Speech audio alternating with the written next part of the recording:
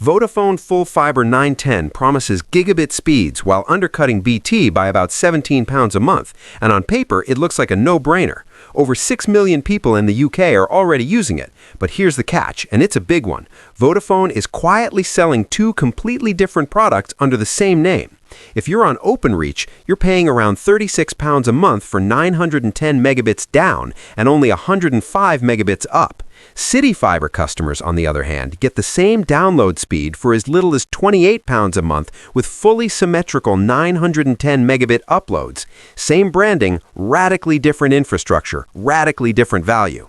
When the service works, the performance is genuinely solid. Speed tests show around 95% consistency during peak hours, slightly outperforming EE in some regions. The Wi-Fi 6 Power Hub covers roughly 2,500 square feet with minimal speed drop-off, and higher-tier Pro plans add Wi-Fi 7 and 4G backup.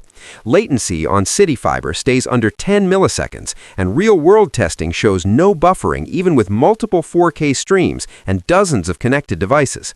But the pricing story starts to fall apart once you look past the headline numbers. Forum reports show week-long delays when Vodafone and City Fibre failed to coordinate provisioning.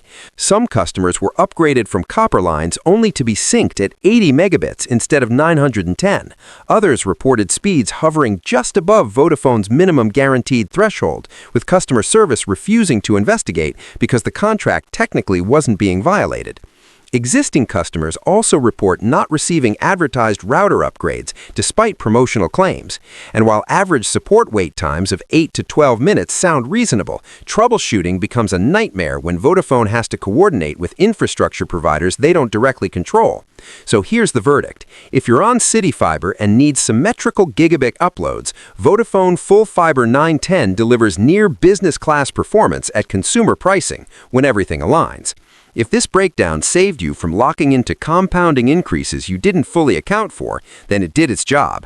I dig through ISP fine print so you don't have to, and I'll see you in the next investigation.